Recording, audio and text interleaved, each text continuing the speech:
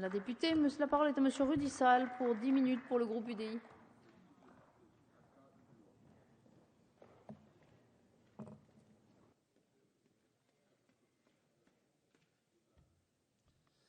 Madame la présidente, Madame la ministre, Monsieur le président de la commission, Monsieur le rapporteur, mes chers collègues, nous n'allons pas refaire le débat que nous avons déjà eu l'occasion d'avoir à l'occasion de l'abrogation de la loi visant à lutter contre l'absentéisme scolaire. Si la proposition de loi de notre collègue Claude de Ganay s'inscrit dans une logique voisine, elle intervient à un moment où les cartes sont rebattues, à l'occasion de l'examen du projet de loi d'orientation et de programmation pour la refondation de l'école. C'est dans cette perspective que nous devons donc la situer.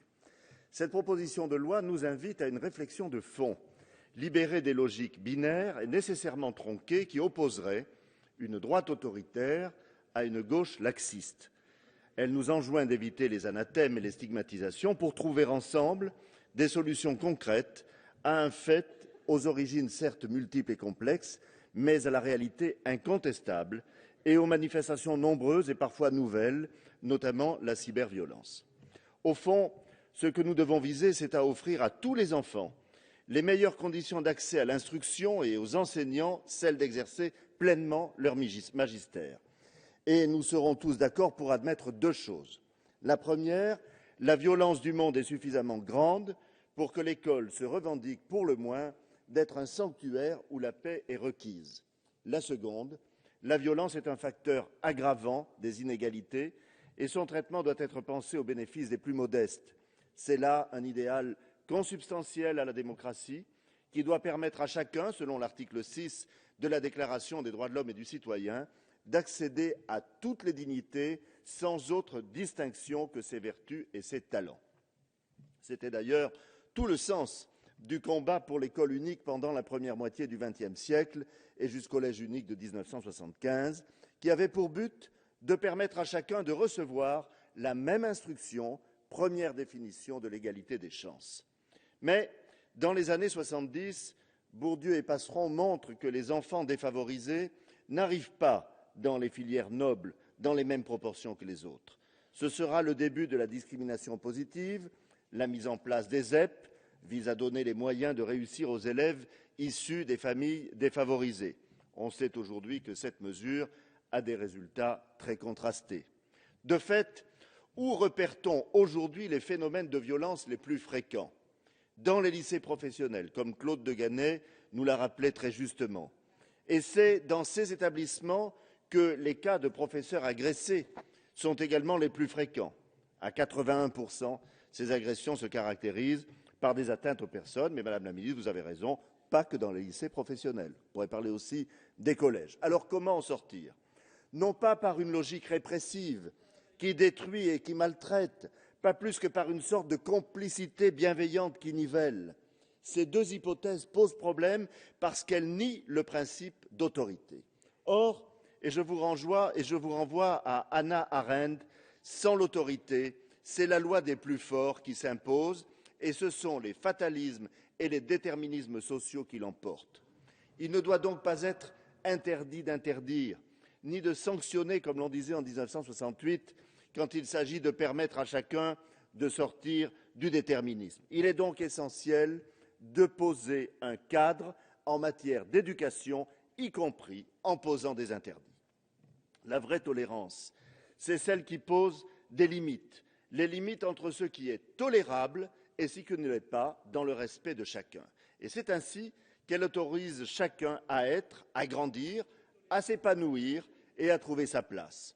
Voilà pourquoi il nous semble indispensable de concevoir un partenariat d'éducation partagé entre les familles et les enseignants, un dialogue mutuel entre les compétences des uns et des autres, avec des enjeux formatifs pour les enseignants, bien sûr, mais aussi pour les parents. Il faut d'ailleurs reconnaître une compétence aux parents, ce qui suppose au préalable d'identifier leurs responsabilités. Certains parents, parfois démunis face aux adolescents, ont besoin d'une formation. Et de leur côté, les enseignants doivent être formés à une nouvelle relation avec les parents. Alors c'est vrai que la proposition de loi qui nous est soumise ne parcourt qu'une partie du chemin, mais elle n'a pas vocation à refonder l'école. Et ce devrait être à cette grande loi de refondation de poursuivre le chemin et de le prolonger. Pour autant, le texte qui nous est soumis aujourd'hui tend bien, en instituant un mécanisme d'avertissement préalable des parents d'enfants commettant des violences à l'école, à une démarche d'autorité partagée et bienveillante entre le corps enseignant et les parents. Et la sanction n'intervient que comme la phase ultime d'un processus, dans des cas sérieux et selon un système gradué en fonction de la gravité des violences. On peut bien parler de retissage des liens sociaux, mais à quoi bon si l'on en reste à des déclarations de principe? On peut, avec les mêmes bonnes intentions, évoquer l'amélioration de la vie des équipes scolaires, l'instauration d'une gouvernance démocratique ou le développement de projets collectifs et participatifs. Mais à quoi bon si l'on n'a pas posé des limites et établi des passerelles nouvelles entre le monde de l'enseignement et les parents?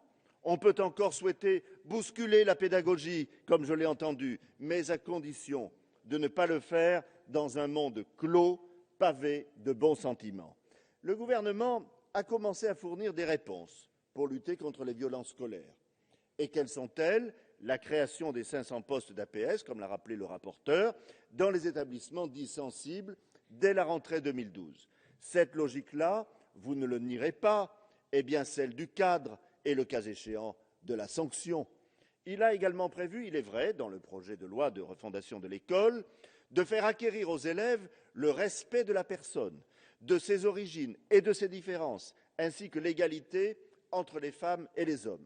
Mais, en réalité, tout cela ne répond pas au véritable enjeu tel que je viens de vous le présenter. Nous sommes très loin et très en deçà de ce que devrait être une véritable démarche innovante et profondément républicaine, non pas pour refonder l'école, mais peut-être simplement et plus modestement pour relier l'enseignement aux réalités quotidiennes des familles. Et nous sommes convaincus que le bon chemin est là. Vous allez, bien entendu, balayer, comme c'est prévisible, cette proposition de loi d'un revers de la main alors qu'elle ouvre une voie. Mais peut-être la discussion à venir nous donnera-t-elle l'occasion d'améliorer votre texte dans ce sens. En tout cas, dans cette perspective, le groupe UDI votera pour la proposition de loi qui nous est aujourd'hui présentée. Madame la Présidente, je vous rends 2 minutes 50. Merci infiniment, Monsieur